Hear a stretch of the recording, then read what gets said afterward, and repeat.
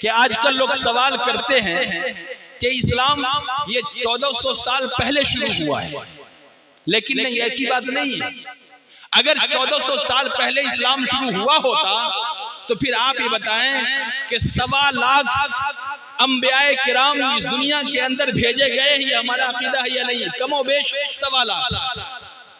बोले भाई हमारा अकीदा है या नहीं है? अब ऐसी सूरत में अब आगे आई है, 4 किताबें तो मशहूर हुई हैं, लेकिन तकरीबन सहीफों को मिलाकर 104 किताबें हैं। कुरान से पहले आने वाली किताबें हैं। हमें उन पर यकीन है या नहीं है? यकीन है, इसलिए कि हम ये कहते हैं कि मैं अल्लाह पर ईमान लाया, अल्लाह के रसूलों पर, तमाम रसूलों पर ईमान लाया, उसकी तमाम पुस्तकों, तमाम किताबों पर ईमान लाया। जिसका नाम पेश किया गया नाम के साथ ईमान लाया, जिसका नाम पेश नहीं किया नाम के बगैर ईमान ले आया। अब वेद का मसला है, गीता का मसला है, ये गीता धार्मिक पुस्तक है या नहीं है, इसके बारे में अल्लाह ने और अल्लाह के अंतिम ऋषि ने कोई ऐसा प्रमाण हमें दिया नहीं है, इसलिए हम कन्फर्म नहीं कह सकते कि ये ईश्वर की ग्रंथ है। लेकिन उसके अंदर जो कुछ बातें मिलती हैं उससे ये बात मालूम होती है कि कह सकते हैं कि किसी जमाने में अल्लाह की किताब रही होंगी।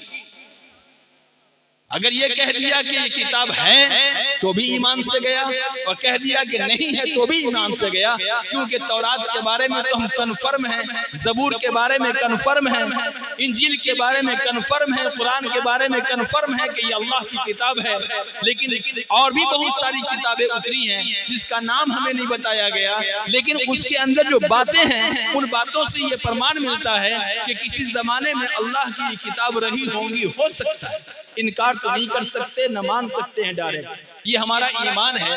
इसलिए सवाल पैदा होता है कि इस्लाम को सख्त बनाकर पेश किया जाता है हमारे हिंदू भाइयों के, सनातन धर्मी भाइयों के बीच में। मिसाल के तौर पे आखिरी बात है, एक सज्जन ने कहा कि चतुर्वेदी साहब ये बताएं, इस्लाम के अंदर एक कानून है, वो कानून ये है कि चारों ये चोरी करने वाले का हाथ काटा जाएगा, है या नहीं? कानून चोरी करने वाले का हाथ काटा जाएगा, ये कितना सख्त कानून है। हमने उनसे ये कहा कि ये आप बड़ी खुशी है कि इस्लाम का ये कानून आपके पास पहुंच गया, लेकिन हमें ताज्जुब इस बात पर है कि आपका अपना कानून आपके पास क्यों नहीं पहुंचा। कहा कि कैसे?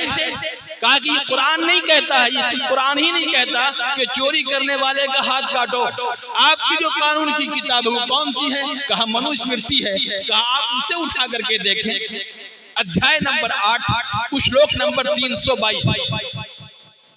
कहा क्या है? कहा वहां लिखा हुआ है कि 50 भयदि के हस्तच्छेदन अभिष्यति शेषे तभी का 10 गुणम मूल्य दंडम पर कल्पयेत। अगर कोई व्यक्ति 1 से लेकर 50 तक के मूल्य की, कीमत की चोरी करता है, जहां जो कीमत चलती है, यहाँ पैसा है, रुपया है, कहीं और जाइए तो डॉलर है, कहीं जाइए तो दिनार और दिरहम है, तो कीमत 1 से अगर कोई व्यक्ति 1 से 50 तक के मूल्य की चोरी करता है तो उसे 11 गुना दंड देना होगा। 1 चुराया तो 11 देना होगा, 2 चुराया तो 22 देना होगा। और अगर कोई व्यक्ति 50 से 100 तक की चोरी करता है तो राजा उसका हाथ काटेगा। अब वो सुनकर हैरान हो गए कि वाकई चतुर्वेदी साहब हमारे धर्म की बात है, हम तक ये बात नहीं पहुंची। कहा यही तो बात है, हमारे आका ने फरमाया है कि इस्लाम की बात, इस्लाम का पैगाम हर घर तक पहुंचेगा, चोरी की बात आपके घर तक पहुंच गई है। तो बड़ा हैरान हुआ और कहा कि आप टीवी पे क्यों नहीं आते? हमने कहा देखिए, आज के जमाने में टीवी इस्तेमाल की जाती है शांति भंग करने के लिए। हम जैसे लोग अगर जाएंगे तो शांति फैलेगी और उनका मकसद पूरा नहीं होगा, इसलिए वो लोग हमें नहीं बुलाते। तो उन्होंने भी इस बात को एक्सेप्ट किया है, लिहाजा मुझे 10 मिनट का वक्त दिया गया था, गालिबन वो पूरा हो चला है। इंशाअल्लाह फिर जिंदगी बाकी रही तो फिर आपके बीच आना होगा। अल्लाह तबारक व तआला हम सबों को कहने और सुनने से ज्यादा उस पर अमल की अमल करने की तौफीक अता फरमाए। आखिर में आइए, अगर हो सके तो आप हजरात को नज़्म सुना दूं, तैयार हैं? लेकिन यूं ही नज़्म नहीं सुनाता। नज़्म सुनाने के लिए जाहिर सी बात है कि शायर इस्लाम को देखते हैं कि वो बहुत जोर लगाते हैं और बहुत टान से पढ़ते हैं और आप लोगों को मज़ा भी आता है। और फिर ये है कि आज लोग इतने बखील भी हो गए हैं कि जुमा में देखता हूँ कि लोग जुमा में जेब से पैसे निकालते हैं तो नीचे वाले पॉकेट से, ऊपर वाले से नहीं, क्योंकि ऊपर में नोट है, नीचे में सिक्का है। मैं देखता हूँ। और उसके बाद अब अगर नीचे से निकाले भी तो देखते हैं कि 1 टकिया है, 2 टकिया है, कि 10 टकिया है। आज हमारा मिजाज ये हो गया है। और फिर बाज़ दफा ये भी देखा गया है कि जो छूट देने वाले हैं वो फिर खुदरा यानी खुदरा करा के छूट देते हैं। याद रखें, यहाँ से लोग पैसे क्यों नहीं निकालते? वजह है जेब इधर होती है, दिल भी इधर होता है। अब जो पैसा दिल के करीब हो जल्दी निकलेगा? नहीं निकलेगा। लेकिन आज देखता हूं कि आप लोग पैसे से मोहब्बत करते हैं तो कितनी मोहब्बत करते हैं। फिक्र उक़बा की कर आज ही बेखबर, फिक्र उक़बा की कर आज ही बेखबर, कल ना करे क्योंकि कल का भरोसा नहीं। बेशक कल न आया कभी और न आएगा कल, कल न आया कभी और न आएगा कल, कल तो कल एक पल का भरोसा नहीं। बहुत अच्छी नसीहत। कर इबादत खुदा की जवानी में तू।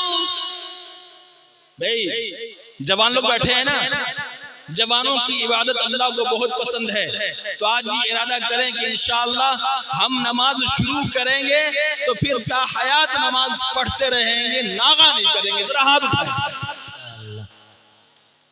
माशाअल्लाह, अल्लाह हमारे हाथ उठाने को कबूल फरमाए। आमीन। कर इबादत खुदा की जवानी में तू, कल बूढ़ापा तेरे सर पे आ जाएगा। कुव्वते दस्तों पा खत्म हो जाएगी, फिर इबादत का कोई भरोसा नहीं। नाज कितना था दौलत पे कारून को, नाज कितना था दौलत पे कारून को, भूल बैठा था वो दीनो ईमान को। हाथ मलता गया खाक में मिल गई उसकी दौलत सभी, खाक में मिल गई उसकी दौलत सभी, ऐसी दौलत का कोई भरोसा नहीं। लिहाजा ज्यादा वक्त नहीं है, इस वजह से मुकम्मल सुना नहीं सकता हूँ और फिर वक्त की तंगी भी है।